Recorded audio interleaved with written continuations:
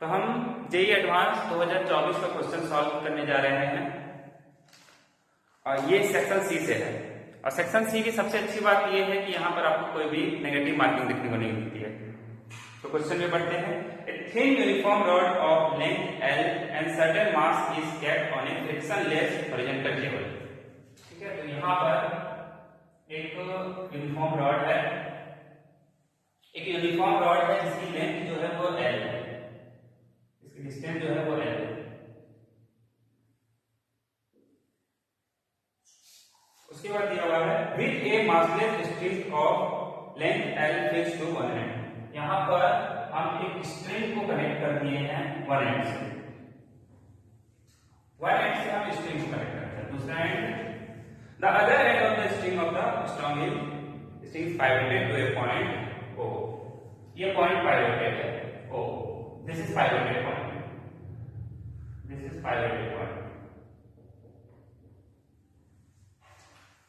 इस पॉइंट से हम पाइवोटेड करेंगे। If a horizontal impulse is imparted to the rod at a distance x, इसका जो लेंथ है ये भी l ही है। स्ट्रिंग का लेंथ और यूनिफॉर्म रॉड का लेंथ दोनों लेंथ बराबर है। अब है impulse p is imparted to the rod, तो यहां पर ये पूरा यूनिफॉर्म मास है, यूनिफॉर्म मास है, इसका मतलब जो मास डिस्ट्रीब्यूशन होगा वो इक्वल होगा। तो यहाँ पर हम बोल सकते हैं एमसीएम, और एमसीएम यानी कि हाफ लेंथ हो गया, यानी कि ये क्या हो जाएगा L/2। ठीक है, यहाँ से कोई दिक्कत नहीं। और फिर बोला गया है यहाँ से एक x डिस्टेंस पर, एक x डिस्टेंस पर हम इंपल्स को इंपार्ट करें विच इज p। यहाँ पर रोटेशन कहां से किसके अलाउंग होगा, ये सारी इंफॉर्मेशन है हमारे पास। अब यहाँ पर पॉइंट पाइवोटेड है, तो हम कह सकते हैं कि यहाँ पर O के अलाउंग ये रोटेशन होगा, और O के अलाउंग रोटेशन होगा which is omega angular velocity. तो रोटेशन हमारा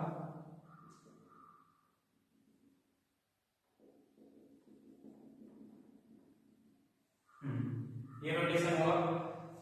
अब इंपल्स क्या होता है, इंपल्स हम जानते हैं कि ये इंपल्स जो है ये बराबर होगा integration of f dot dt which is equal to change in momentum, which is change in momentum। यहां पर हो जाएगा f dot dt is equal to change in momentum क्या होता है which is mcm, mcm जो कि सेंटर ऑफ मास है, और वेलोसिटी चेंज इन वेलोसिटी। अब इसको सॉल्व करेंगे हम f dot dt is equal to mcm, तो सेम ही रहेगा, ये कांस्टेंट है। चेंज इन v क्या हो जाएगा, चेंज इन v हो जाएगा r into omega, r into omega, और ये भी r से। अब हमको r नहीं पता है, ठीक है, हमको r फाइंड करना होगा। तो यहाँ से हम r फाइंड करेंगे, कहाँ फाइंड करें, और यहाँ फाइंड कर लेते हैं r। हाँ, तो RCM हो जाएगा, r का इक्वल टू यहाँ से यहाँ तक का लेंथ होगा, ठीक है, l plus L/2 plus x। यहाँ पर MCM है ना, तो यहाँ पर l प्लस L/2, और ये क्या हो जाएगा 3L/2।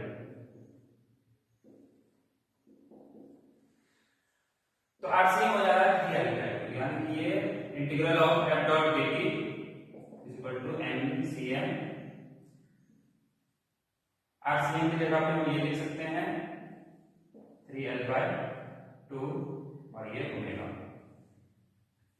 ठीक है, इसको इक्वेशन 1 मान लीजिए, इसको हम इक्वेशन 1 मान लिया।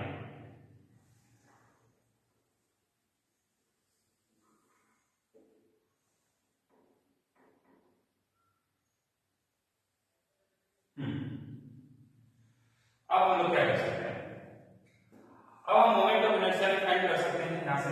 तो मोमेंट ऑफ इनर्शिया कैसे निकालेंगे, मोमेंट ऑफ इनर्शिया होता है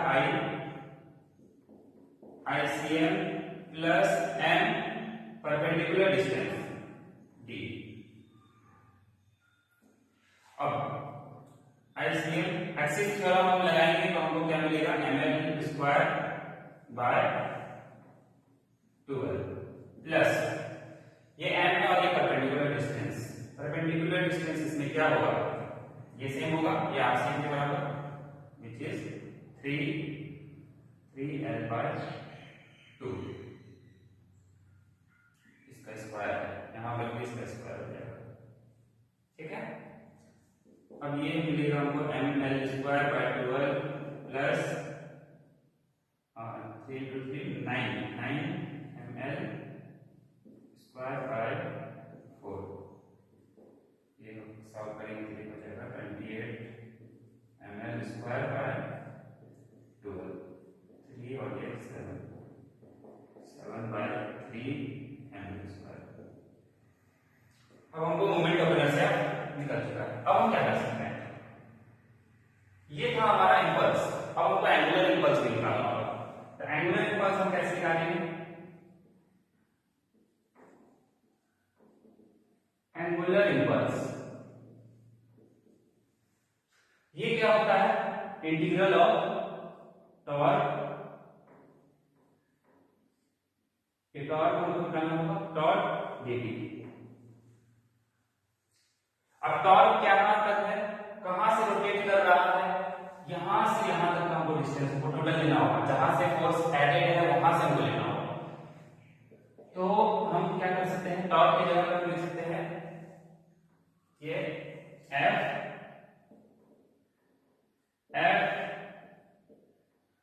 इंटू क्रॉस प्रोडक्ट। ठीक है, यहां पर डॉट प्रोडक्ट हम नहीं लिख सकते हैं, क्रॉस प्रोडक्ट। हाँ, F dot perpendicular distance, perpendicular distance यहां तक। ठीक है, तो L plus L/2 plus x है ना, ये हो जाएगा 3L/2 हम पहले ही निकाल चुके हैं और प्लस x डॉट dt। और ये होता है change in angular momentum. Change in angular momentum को हम डेल्टा से डिनोट करते हैं। अब चेंज इन एंगुलर मोमेंटम क्या होगा, ये हो जाएगा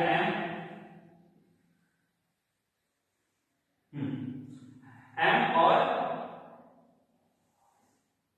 I मोमेंट ऑफ इनर्शिया जो कि हम निकाल चुके हैं, I और ओमेगा। ठीक है,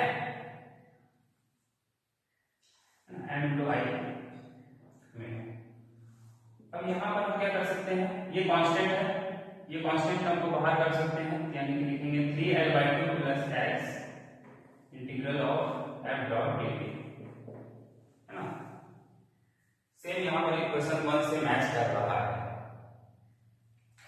अब m I moment of inertia क्या निकाले हैं, 7/3, तो 7/3 ml स्क्वायर इंटू ओमेगा। ठीक है, अब इसको इक्वेशन 2 मान लेते हैं। हाँ, तो इक्वेशन 1 और इक्वेशन 2 से हम इक्वेट करेंगे, क्या मिलेगा हमको, equating equation 1 and 2 we get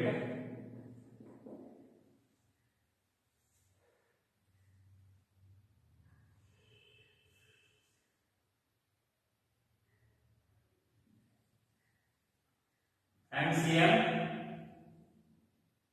3L/2 is equal to, यहाँ पर दोनों को हम डिवाइड कर सकते हैं ना, दोनों को डिवाइड कर लेते हैं। दोनों को अगर हम डिवाइड करेंगे तो हमको क्या मिलेगा, हमको ये टर्म बच जाएगा, ये कांस्टेंट टर्म, और ये कैंसिल हो जाएगा और हमको लास्ट में ये मिलेगा। तो हम क्या कर सकते हैं, this is the integration of f dot dt equal to MCM 3L/2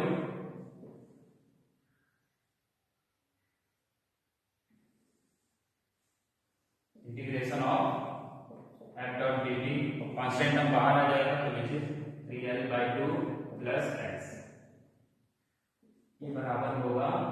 m into 7/3 ml square omega.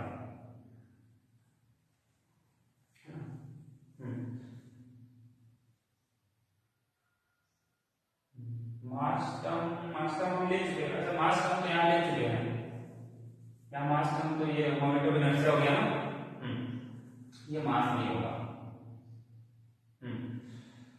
तो ये m कैंसिल हो जाएगा, ये l ओमेगा ओमेगा, यहाँ ओमेगा भी है, ये ओमेगा, ये ओमेगा, तो बचेगा क्या 3l/2 plus x equal to यहाँ पर 3/2 डिवाइडेड बाय 7/3l। ठीक है, ये है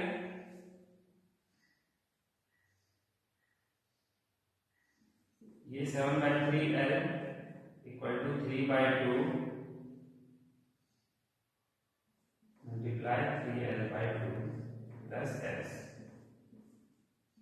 ये 7/3l हो जाएगा। यहाँ पर आप सॉल्व करोगे तो ये 9l/4 प्लस 3/2x। इसको इधर ले जाते हैं तो 7l/3 minus 9l/4 equal to 3/2x।